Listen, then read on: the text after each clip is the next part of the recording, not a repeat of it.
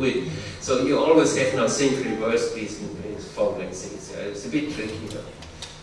But you see here there is a high positive correlation between corruption and the shadow economy. Yeah?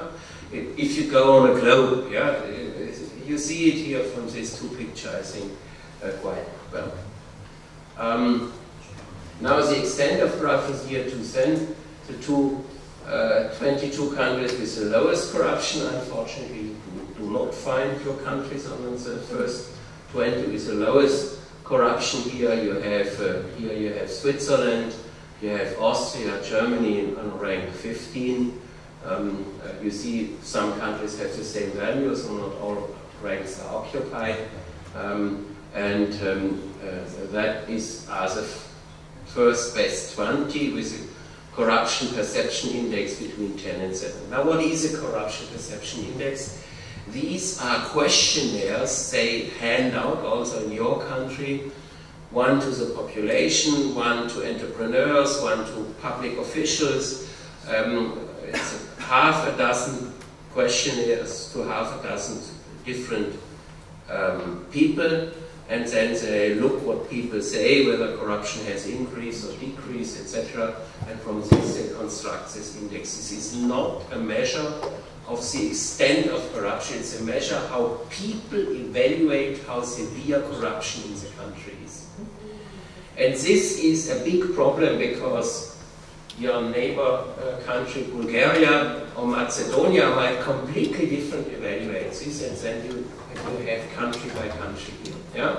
When Germany had the scandal, corruption scandal with Siemens and Mercedes-Benz, there was a huge debate and whether this now has an effect. And so this is a perception. It is not a measure of the extent of corruption. You can argue they do this now for over 10 years. This perception is something similar, like the extent of the corruption, but it's not a measure in real euros or whatever what is paid. Yeah? One should always have in mind this. Now if we have to go quite further down to find your country. Yeah? I'm sorry whether you like it or not, but you are here on rank 78, yeah? With a pretty low value. Yeah? If you go back here, it's around 9 and 8 and 7. And then your country, you are here in the company with Lesotho, with Colombia, with China. It would be a long another lecture now, is this plausible or not? My feeling is this gives your country a too bad position. I don't think that you are so corrupt. I don't think it. Yeah? Maybe I'm wrong, yeah? I don't know. This is now the result I have taken over from them, and that's it, yeah? So one should, I think you have a lot of petty corruption in your country. You have to pay to bribe, and the physician example, etc., etc. But whether you are in the same line with Colombia, I know Colombia, but I think from a feeling, I have no scientific proof for this. I'm saying this, yeah? But from a feeling, I think this is not correct. But again, if we would have better data, we could verify my feeling. Now, you see here also corruption and shadow economy. You see here a strong correlation. Yeah, and again, you have to think reverse. 9 and 10.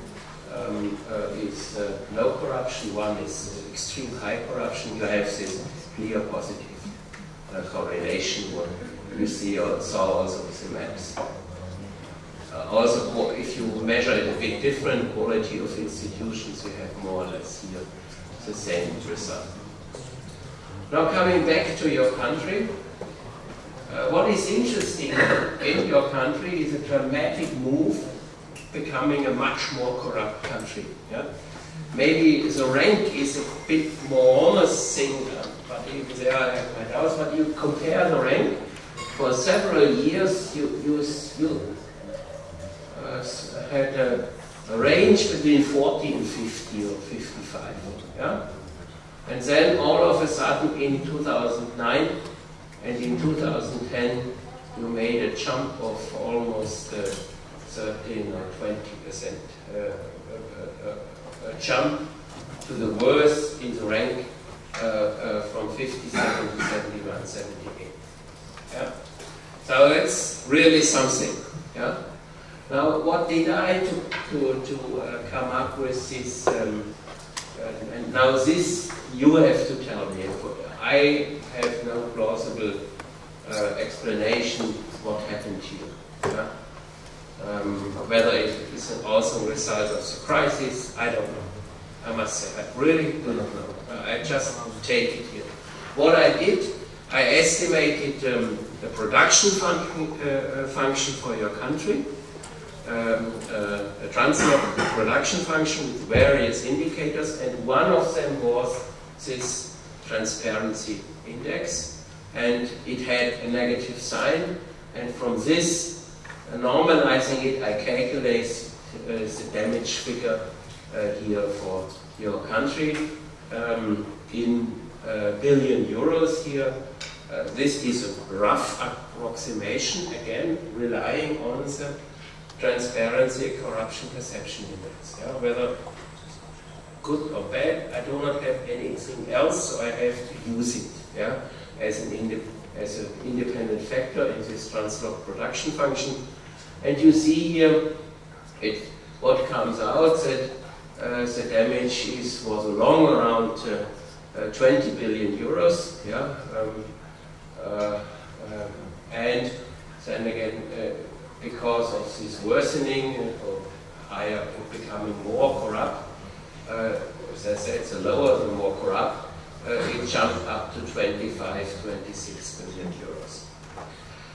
Again, I have no verification whether this figure is plausible or correct, to be honest. Yeah, I'm pretty sure I'm the first who has estimated this, and it's so okay. If someone could do similar work, other work, I would be more than happy to exchange whether this is plausible or not. I don't know. Yeah? But it is an attempt, and even if it stimulates the discussion and research, it's fine, even if these figures are implausible. Might be.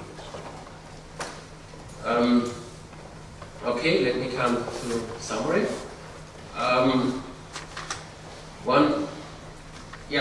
What that I was also asked already by a journalist this noon. Yeah, what is a shadow economy? Yeah, and the challenge for the government is not to criminalize it and to put people in jail for the normal shadow economy work, but more to create incentives to shift it into the official economy. This I have already said last year in my presentation. Also, so one is that one could lower taxes. This is at the moment impossible for the country, but I also think it is utterly wrong to have a further tax increase. Utterly wrong. Yeah? I made this also in my various jobs at the European Central Bank and at the IMF. You strangulate your country if you do this, yeah? And you know it much better than I do it here because I don't live here.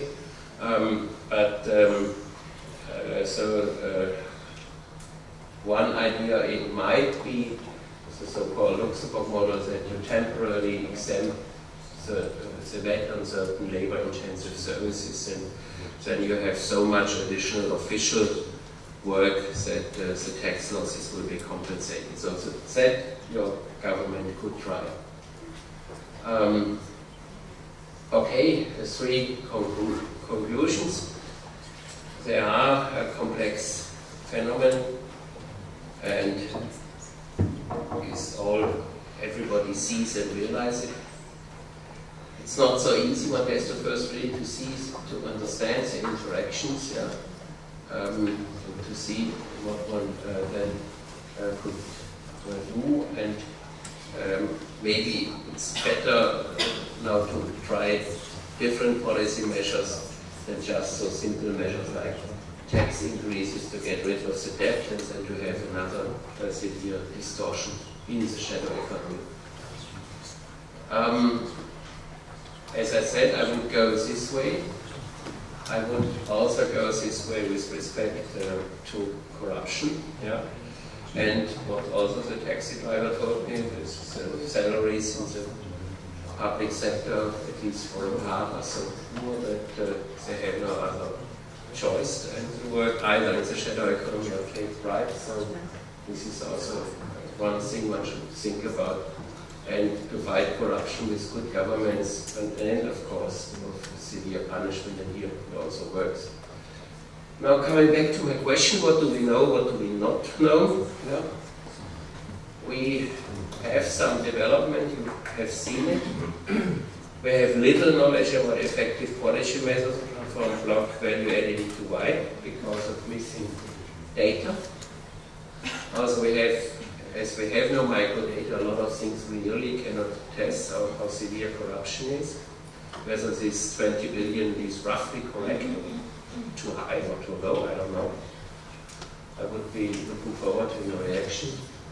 And we have little knowledge about the motivation of being corrupt and effective policy measures to fight corruption. So the research from this here has to start, and then we know this. Okay, I will stop here now. That I hope we have some time left for discussion. As I promised to talk 45 minutes, that I have done. So I thank you very much for your patience.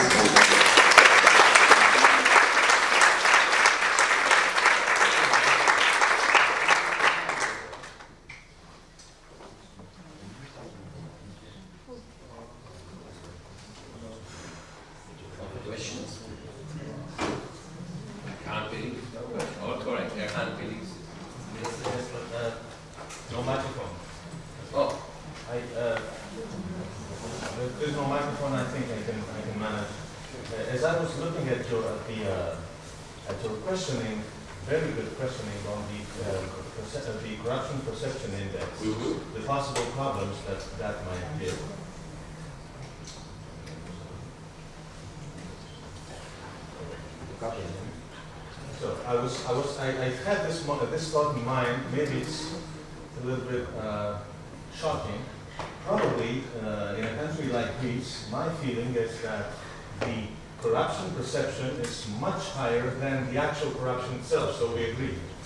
And I think that probably, that's a conjecture I make, probably it has to do with a measure of social cohesion in one country. Thank you. Probably it might have something to do with the social cohesion in one country. And I want to explain myself, and I want your opinion on that, Professor. Because people here tend to talk a lot and tend to aggregate socially. They spend a lot of time socializing, probably much more in a country than Finland for several sociological, climatological, and other reasons. They get to know much more and multiply. There is a multiplier effect of corruption events that are happening not to their own selves or their families, but probably to other people that relate to them socially. So that is certainly, might be certainly an index of multiplication of the corruption perception. So, I mean, regressively, we regress into the model of society that one has. When we perceive things, we regress into a certain, let's say, sociology. So I would like to hear your opinion on that. It's just an idea. This you formulated much better than I did. This is exactly my suspicion. That there is a lot of talking, but not so much. That is why it's so urgently needed to see, also to ask, so if, take my hospital case, how often did it happen? Is this not a vast? I'm sure there are also hospitals where you don't have to bribe. Yeah? So that I exactly